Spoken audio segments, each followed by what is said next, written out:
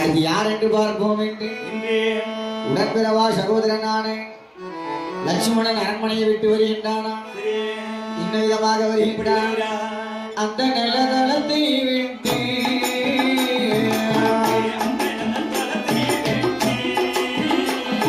அவன் நதிநீரை வைவான் கொண்ட பணிநாட்டேடும் அவன் குறிப்புடனே நீவான் அங்கே இருந்தவன காட்டை தேடி அவன் வேகமாக பயணம் வைத்தான் அங்கே கத்தூருக்கு போன லட்சுமண தேடிவான் அவன் எங்கு எங்கு தேடினான் அவன் எங்கு எங்கு தேடினானோ அவனை கத்தூரிக்க காணவில்லை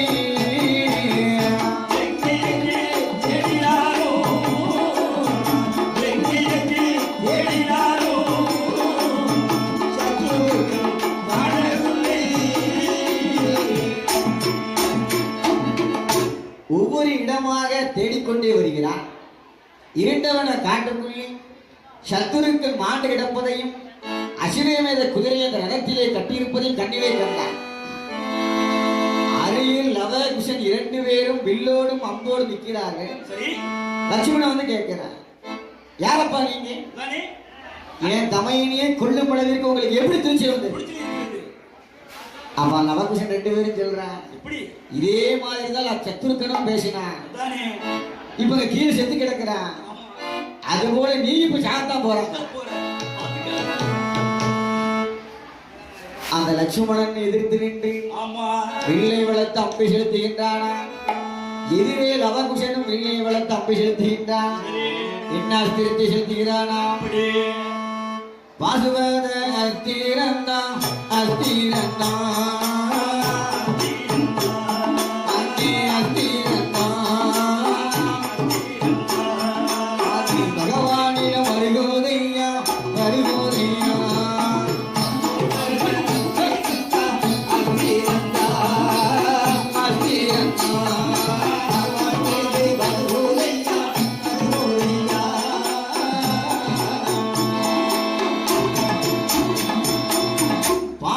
அஸ்திரத்தை செலுத்தினான் லவகுஷன். அதை லட்சுமணன் அடித்து நொறுக்குகிறான். அடுத்து லட்சுமணன் அந்த அஸ்திரத்தை விடுக்கின்றானா? லட்சுமணன் என்ன அஸ்திரத்தை விடுத்தான்? அக்கினி அஸ்திரம் விட்டேறிந்தான் விட்டேறிந்தான்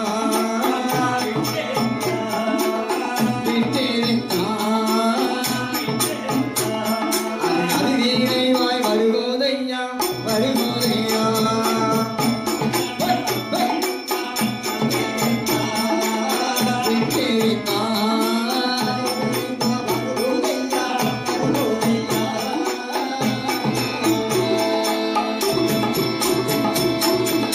லட்சுமணன் அக்னி ஆஸ்திரத்தை விட்டு எறிகிறான்.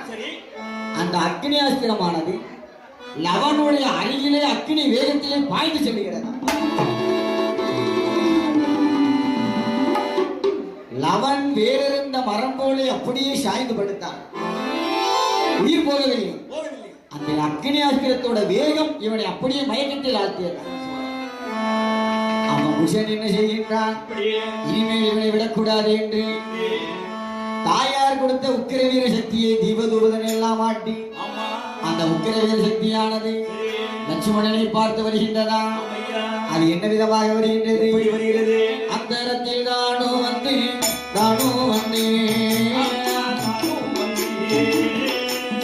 அது அக்கினியே ஒளியுதையா ஒளியுதையா.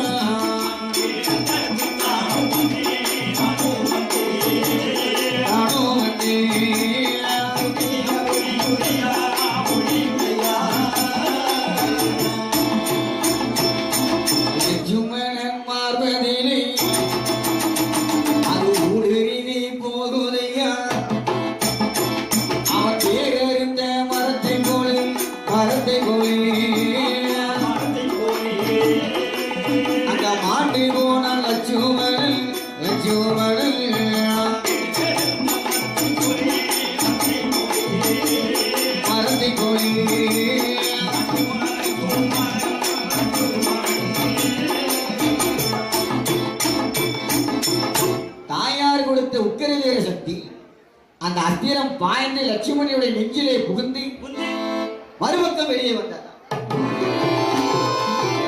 வேறிருந்த மரம் போல லட்சுமணனும் ஆண்டு போனான். இந்த விவரத்தை அறிந்து அடுத்ததாக பரதாழ்வார் வருகிறாராம் போர். தாயார் கொடுத்த உக்கிரவீர சக்தியை அனுப்ப உக்கிரவீர சக்தியானது அக்கினியை கட்டிக் கொண்டு லட்சுமணனுடைய நெஞ்சிலே பாய்ந்து அவனை கொண்டு சேர்த்தது. இதை அறிந்து கொண்டு அடுத்ததாக பரதாழ்வார் போருக்கு வருகிறார். பரதாழ்வாரையும் லவகுஷன் 2 பேரும் இதே மாதிரி உக்கிரவீர சக்தியை செலுத்தி பரதாழ்வாரையும் கொன்று போட்டார். இப்போ சிரஞ்சீவியாக இருக்கக்கூடிய அனுமன் அந்த போருக்கு வருகிறான். அனுமன் போர் களத்திலே வந்து பார்க்கிறான். லட்சுமணன், சத்துருக்கன், பரதாழ்வார் 3 பேருமே செத்து கிடக்கிறார். இவர்களை கொண்டது யார் என்று பார்த்துக் கொண்டிருக்கிறான். லவகுஷன் 2 பேருமே அது அருகிலே நிற்கிறாங்களா. அதை பார்த்த உடனே அந்த அனுமன் என்ன செய்கின்றான், இந்த லவகுஷனை பிடிக்க வேண்டும் என்று பெரிய உருவம் எடுத்து ஒரு பெரிய ஆலமரத்தை பிடுங்கி அந்த ஒரு பெரிய ஆலமரத்தை பிடுங்கி அந்த மரத்தை அந்த லவகுஷன் 2 பேருக்கும் எரிகிறான். அப்ப என்ன யோசிக்கிறான் அனுமன், ஆலமரத்தை லவகுஷன் 2 பேருக்கும் எதிரிகிறான். அவங்க அம்பை வைத்து இந்த ஆலமரத்தை கழிப்பாங்க, நம்ம வாழை கொண்டு 2 பேரையும் பிடிச்சிடலாம்.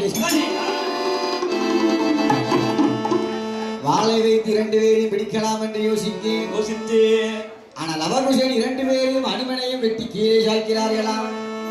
ஆனா அனுமனுக்கு உயிர் போகலை. அவன் ஒருத்தர் தான் சிரஞ்சீவியா இருக்கக்கூடியவன். ஆனால் மயக்கமுற்று அப்படியே கீழே படுத்துக்கிட்டான். இந்த விவரமும் அயோத்தி மாவடி பட்டணத்தில் இருக்கக்கூடிய ராமனுக்கு கிடைத்தது. இப்ப ஹரிராமமூர்த்தி தானே போருக்கு செல்ல வேண்டும் என்று அந்த நாடு முழுக்க முரசு வைக்கிறார்களாம். ஹரிராமமூர்த்தி போருக்கு செல்லுகிறார்கள். நாட்டில் உள்ள எல்லா மக்களும் போருக்கு வரணும். அப்படி எல்லா மக்களோடு சேர்ந்து ஹரிராமமூர்த்தி ரதத்திலே ஏறி அந்த ரதமானது போர்க்களத்துக்கு வருகின்றதா. போர்க்களத்திலே வந்து பார்க்கிறார். அனுமன், பரதாழ்வார், லட்சுமணன், சத்துருக்கன் 4 பேரும் பிணமாக கிடக்கிறார். அதை பார்த்தவுடனே ராமபுரான் அந்த அசுவமேத குதிரையை பார்த்தாரா, அந்த பாலகர்களை பார்த்தாரா, அந்த செத்து கிடக்கக்கூடிய 4 முதல்வர்களை பார்த்து அழுது புலம்பிக் கொண்டு என்ன சொல்கிறார் தெரியுமா, என் மகனே அனுமந்தனே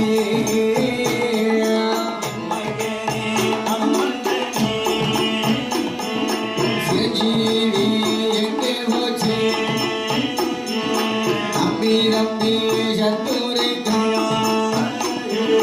சத்தியத்தை மறந்தாயோடா, என் தம்பி தம்பி லட்சுமணா அதை இந்திரஜித்தை கொண்ட சக்தி உனக்கு இப்ப எங்கே போனதடா,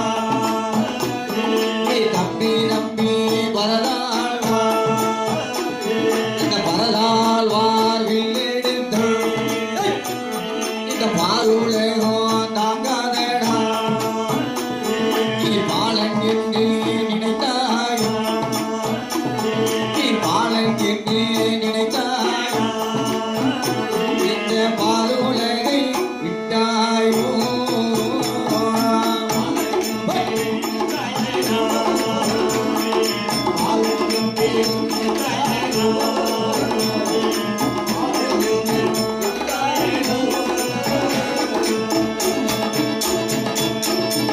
ஹரிராமமூர்த்தி அழுது புலம்பிக் கொண்டு அங்கே கீழே சென்று கிடக்கக்கூடிய 4 பேரையும் பார்த்து என்ன சொல்லுகிறார், என் மகனே அனுமந்தனே உன் சிரஞ்சீவி எங்கடா போச்சு, அடே சத்துருக்கா நீ செய்து கொடுத்த சத்தியத்தை மறந்தாயா, என் ஆசை தம்பி சத்துருக்கா நீ செய்து கொடுத்த சத்தியத்தை மறந்து இப்படி இறந்து போயாயா, அந்த இலங்கையிலே இந்திரஜித்தை கொண்ட சக்தியானது உனக்கு எங்கடா போச்சு லட்சுமணா, இப்படி இறந்து கிடக்கிறாய். பரதாழ்வார் வில்லெடுத்தால் இந்த பார்வலகம் தாங்காது என்பார்கள், நீ பாலன் என்று பார்த்தாயா, இப்படி 4 பேரும் இறந்து கிடப்பதை பார்த்து கொண்டிருக்கிறார் ஹரிராமமூர்த்தி. அழுது புலம்பிக் கொண்டிருக்கேன். இங்கே லவகுஷன் 2 பேரும் பார்க்கறாங்க. தம்பி இவர்தான் அந்த ஹரிராமமூர்த்தி போல இருக்கு. வந்ததும் நம்மளை பார்க்கறாம சித்த பெணங்களை பார்த்து அழுதுகிட்டு இருக்கிறாரு. இவர் மேல அம்ப தொடுக்கலாமா என்று யோசித்துக் கொண்டு அந்த ஹரிராமமூர்த்தியின் மேலே லவகுஷன் 2 பேரும் ஒவ்வொரு அஸ்திரங்களாக ஏவுகின்றானா. முதலில் என்ன அஸ்திரத்தை ஏவுகிறானா? பாசுபத அஸ்திரத்தை அஸ்திரத்தை அஸ்திரத்தை பகவானையோ ஏவுகிறான் ஏவுகிறான் அஸ்திரத்தை அஸ்திரத்தை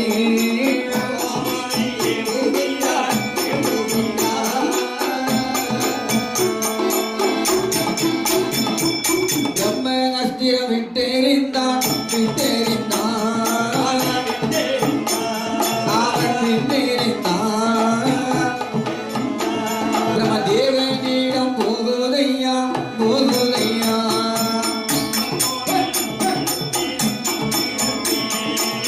விட்டெறிந்தான் போகுதையா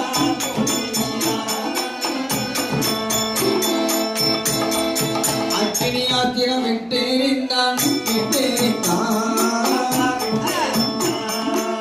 விட்டெறிந்தான் அக்கினி தேவனிடம் போகுதையா போகுதையா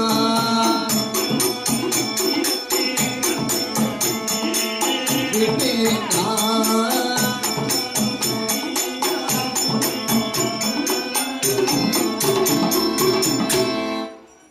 பாசுபத அஸ்திரத்தை விட்டிருக்கிறான்.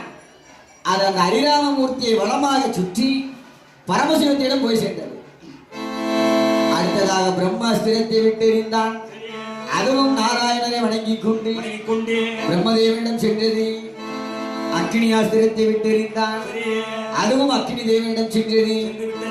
அப்படி எல்லா விதமான அஸ்திரங்களையும் லவகுஷன் 2 பேரும் எரிகிறார்கள். அந்த எல்லா அஸ்திரங்களும் அந்த ஹரிராமமூர்த்தியை வணங்கிவிட்டு மற்ற இடத்துக்கு செல்கிறதா. அதை பார்த்த உடனே லவகுஷன் 2 பேரும் என்ன யோசிக்கிறார்? தம்பி இவர் சாதாரணவர் கிடையாது. மந்திரோ அறிந்தவரே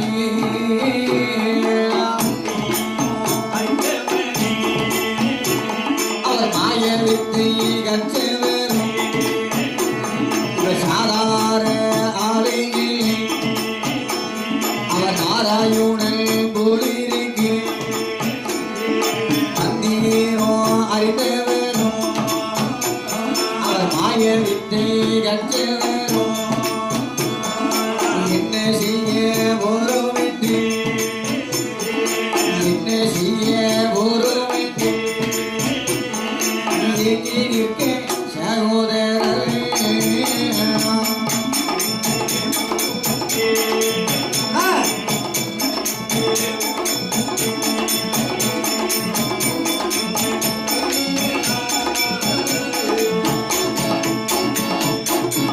இவர் சாதாரண மனுஷன் கிடையாது. மந்திரம் அறிந்தவராக இருக்கிறார். நாம தொடுத்த எல்லா அஸ்திரங்களும் அவரை வணங்கிவிட்டு செல்கிறது.